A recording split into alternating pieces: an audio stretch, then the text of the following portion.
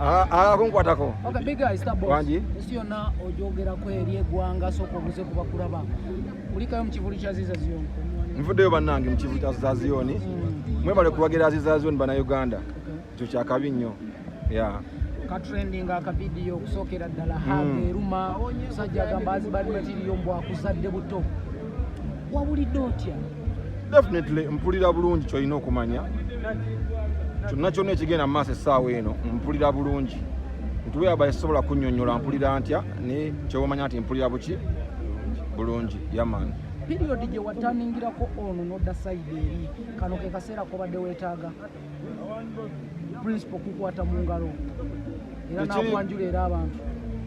tekiriiko nti kaseera basi kipulaninge nti kisetinge naye obudde buba butuuse buli kyolaba ekiba kizzeewo essaawa ezo bwe budde bwakyo ekintu ekipulaninge kibeera fake mba mukimanyi nti ono ajja kujja bw'ati atambule bw'ati akole bw'ati otegedde but this was real, this was original mukadde akatuufu mu kiseera ekituufu mu kifo ekituufu yaman. Kino wakikoze ne kitrendinga mu kutrendinga how safe are you kuba kati abantu bakulaba ng'owokusaaga kati bya ddala safe depending on what bya ddala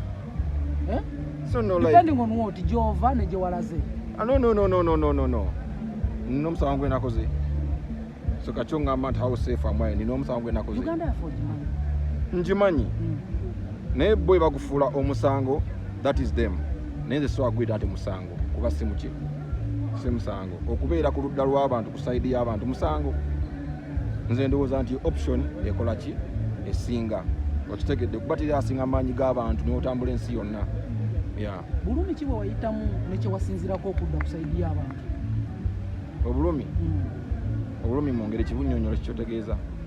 pain ki gye wayitamu ng'okyali ku saidi eriwe wasalawo okukola decision because I know walowooza nnyo to make that decision.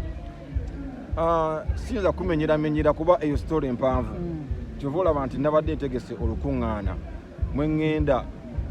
okusinkanyira bannamawulire bonna ab'eggwanga mbannyonnyole kino nakiri mu mbuuze nange mbannyonnyola mu ngeri eri official okitegedde nja kujja nga mbetegekedde ate nammwe nga mwetegese nga mutegese bulungi n'ebibuuzo byammwe nja bba nsobola okumenyeramenyera mu buli kimu naye kalwalinawo nga bolaba nti munsazeko obusazi okitegedde nga ne mu vibe ya muganda waffe Azioni akikubye we happy for that so nja kubannyonnyola aka department ki gye wandyetaaze muno ate teba gyontwala muganda wange speed ng'omuze y'amaanyi naawe kikifo ki kye wandikugonomoddeko ekibuuzo kyoyogera tekirina we kikwataganira essaawa eno tekiegisisitinga kyombuuza otegedde leka naawe waliwo ebitambula nti oyagala tegukayo ebyo bigambo byabo era bigambo bya bulijjo bye boogera byabo abatunuulira ebintu ng'ebyokusaagasaagamu okitegedde yes concert ndi muyimbi nsobola otegeka concert obudde bonna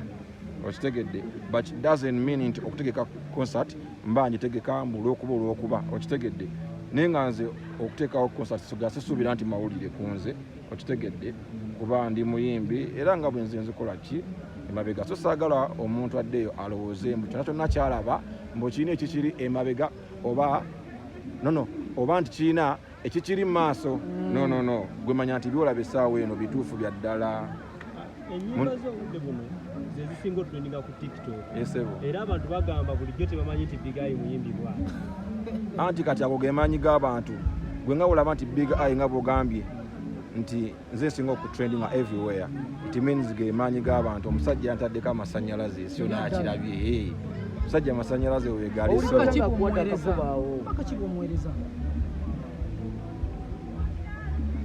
bubaka kibwemuweereza kuba kyova olaba nti njagala mbuteeke mu press conference obubaka obutuufu yakuba